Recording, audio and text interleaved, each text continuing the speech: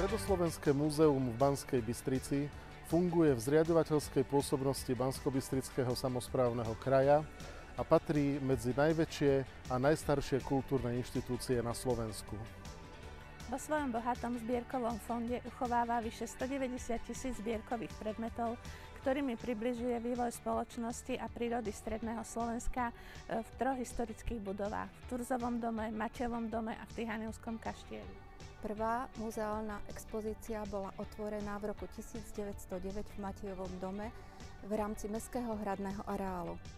V Matejovom dome sa v súčasnosti na troch poschodiach nachádza expozícia venovaná histórii mesta Banská Bystrica, ktorá ponúka aj klenotnicu s najvzácnejšími zbierkovými predmetmi. V nej môžete vidieť unikátny zbierkový predmet Stredoslovenského múzea, akým je bronzová akvamanile z prvej polovice 13. storočia. Tento pokal, nazývaný aj Glabičov, predstavuje jeden z vrcholov zlatníckeho remesla v Banskej Bystrici. Najväčším predmetom v zbierkovom fonde Stredoslovenského múzea je zástava Banskej Bystrice s namaľovaným erbom mesta z roku 1722. Hlava Jána Krstiteľa Stavovského kostola je unikátny a mimoriadne vzácny príklad neskorogotického sochárstva a patrí k najvzácnejším artefaktom nášho múzea. V múzeu máme aj poklad. Zmienku si zaslúžia aj kolekcia banskobystrickej zmincovanej medi v podobe pokladu rákociovských razieb z Môče. Turzov dom patrí k najstarším zachovaným sovetským stavbám v Banskej Bystrici a je typický so svojou grafitovou výzdobou fasády. Nachádza sa tu stála expozícia o histórii stredného Slovenska pod názvom Transit History a reprezentatívne výstavné priestory.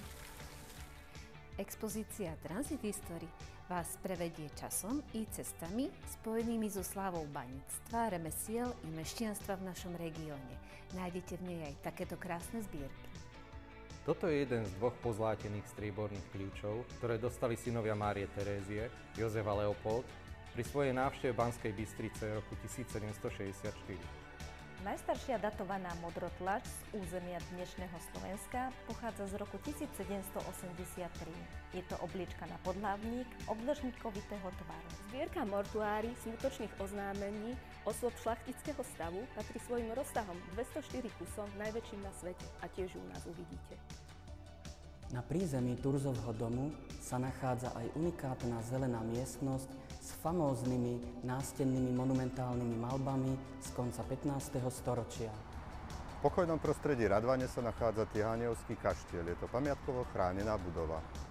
Expozícia Príroda stredného Slovenska je tematicky členená do 8 výstavných miestností na dvoch poschodiach. Obsahuje 400 exponátov, množstvo fotografií a schém, ktoré predstavujú typické ukážky najvýznamnejších prírodných, ale aj umelých ekosystémov.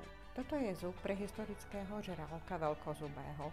Ide o jeden z najstarších nálezov tohto druhu na Slovensku z konca 19. storočia.